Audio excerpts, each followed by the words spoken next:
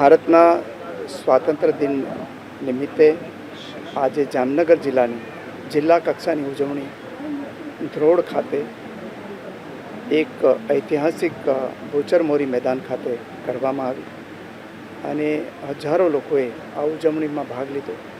ખાસ કરીને જુદી જુદી શાળાના બાળકોએ રાષ્ટ્રભક્તિને લગતા અનેક કાર્યક્રમો રજૂ કર્યા. પોલીસ અને બીજા વિભાગો દ્વારા પરેડનું પણ આયોજન કરવામાં આવ્યું અને આ પ્રસંગે જિલ્લા વહીવટીતંત્રએ ખૂબ ઉમદા વ્યવસ્થા કરી. જે આઝાદી સંગ્રામમાં લડવૈયાઓ હતા આપણા, એમણે ક્યારેય વિચાર્યું નહોતું કે આ આઝાદીની લડાઈ લડીને અમે એના આઝાદી હવાની અંદર શ્વાસ લેશું.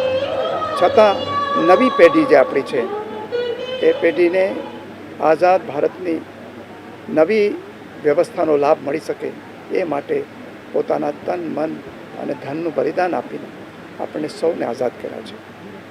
આ પ્રસંગે આપણા યશસ્વી પ્રધાનમંત્રી નરેન્દ્રભાઈએ વિકસિત ભારત 2047નો સંકલ્પ આપેલો છે. આપણી પેઢીએ એ માટે સખત મહેનત કરીને નવી પેઢી માટે એવું વિકસિત ભારત આપવાનું છે કે જે ભારત વિશ્વને લીડ કરતું હોય અને વિશ્વની અંદર એક આગવી મિસાલ ઊભી કરીને દરેક ઘર વિકસિત હોય, દરેક ગામ વિકસિત હોય, દરેક શહેર વિકસિત હોય અને ભારત વિકસિત હોય એવો સંકલ્પ આપણે લઈને આપણે અવિરત કામગીરી કરવાની છે. મને શ્રદ્ધા અને વિશ્વાસ છે કે આપણે સૌ ભારતીયો, સૌ ગુજરાતીઓ આ સંકલ્પને સાકાર કરવા માટે કટિબદ્ધ થઈશું. જય હિન્દ.